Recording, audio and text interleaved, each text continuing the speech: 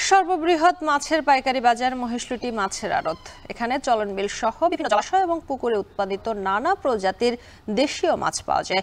এ বিষয়ে বিস্তারিত জানাতে এই মুহূর্তে যুক্ত হচ্ছেন সহকর্মী রিফাত রহমান। রিফাত, প্রতিদিন কত টাকার মাছ এখানে বেচাকেনা হয় জানাবেন?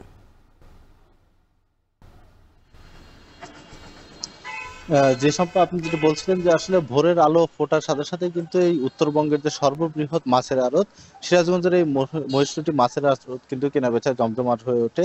এবং এই আড়তটি কিন্তু মূলত চলন বিলের যে দেশীয় প্রজাতির মাছ রয়েছে সেই মাছ কেনা বেচার জন্য কিন্তু প্রসিদ্ধ। তবে এখন যেহেতু শুষ্ক মৌসুম, চলন বিলে পানি কম থাকার কারণে দেশীয় যে মাছগুলো বিলের সেগুলোর কিন্তু সরবরাহ অনেকটাই কমেছে। তবে পুকুর এবং জলাশয়ে যে উৎপাদিত মাছগুলো রয়েছে, চাষের মাছ বিশেষ করে, এই মাছগুলোর কিন্তু সরবরাহ আমরা অনেক বেশি দেখেছি। বিশেষ করে রুই, কাতল, বোয়াল, পুঁটি মাছ সহ পুঁটি মাছ সহ আরো যেগুলো দেশীয় প্রজাতির মাছ রয়েছে সেগুলোর কিন্তু সরবরাহ পর্যাপ্ত পরিমাণে রয়েছে। এবং সকাল থেকেই কিন্তু কেনাবেচা কিন্তু জমজমাট হয়ে উঠেছে এই মহেশলুটি মাছের আড়তে। আজকে মূলত যে মাছগুলো বিক্রি হচ্ছে তার মধ্যে রুই বিক্রি হচ্ছে 220 টাকা থেকে 450 টাকা কেজি দরে, এবং কাতল বিক্রি হচ্ছে 250 থেকে 300 টাকা, এবং শিং মাছ বিক্রি হচ্ছে 400 টাকা থেকে 800 টাকা কেজি দরে। এছাড়া কই মাছও কিন্তু 200 টাকা থেকে 400 টাকা আকার ভেদে এই মাছগুলো আসলে আজকে কেনা বেচা হচ্ছে। তবে